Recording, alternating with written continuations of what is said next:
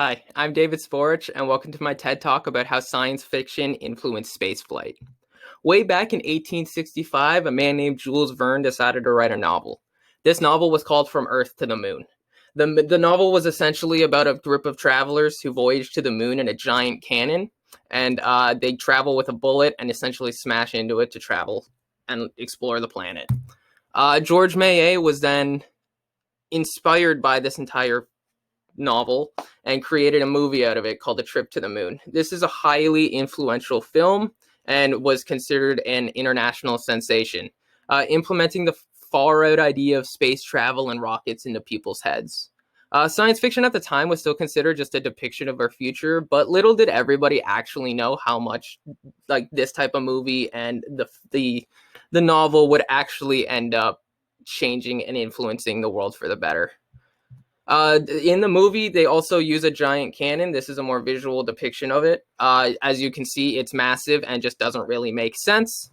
Konstantin Tsiolkovsky, he was a physicist around the time of the novel coming out. He immediately read the book and he was like, hey, this cannon does not make sense. If I shot off into it, I would turn into a giant tomato paste. Why don't I figure out a better way to do it?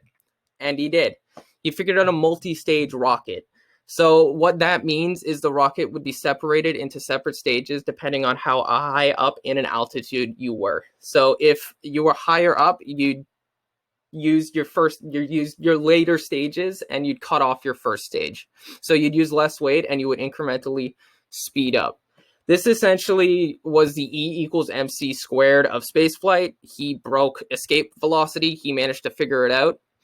He figured this out before the Wright brothers even ended up having their first powered flight in 1904. So this information was way ahead of its time. The German V-2 rocket in World War II, I want to say it was around 1944, was when his capabilities were actually first realized. His theories were actually first used. They used a test to get to space, and it managed to work. And then later on in 1929, a director named Fritz Lang teamed up with a physicist named Hermann Oberth to create the most and first scientifically based sci-fi movie. So it's the most realistic considered. The movie was highly influential again and ahead of its time, and it showed off a lot of ideas that wouldn't actually be brought into effect until way later on, again by NASA and other government officials. So like in this image here, the ship used in the film The Freed, it was actually blueprinted and thought up and designed, and they ended up building a tinier model that should have worked, but ended up just because of engineering limitations didn't, which is sad, but they had the blueprints and theoretically it should have worked. The ship was also built in a separate facility and then wheeled out onto the launch pad. It's something that NASA does now, which is also ridiculously ahead of its time.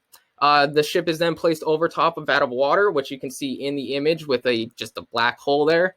The water was used to dissipate heat and force from the actual liftoff of the blast, something that they never did before, and then eventually they started to.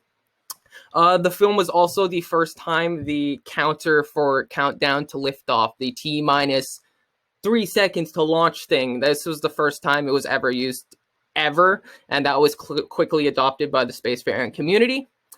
After the film, it was highly influential. It brought in, once again, to people's minds the idea of space flight. Shortly after World War II happened, World War II ended. Then the Cold War happened, and with Cold War, more technology just erupted. And from there, it brought the moon landing. And the moon landing is interesting because from people landing on the moon to when the first novel for Jules Verne was written, all of that happened because of that.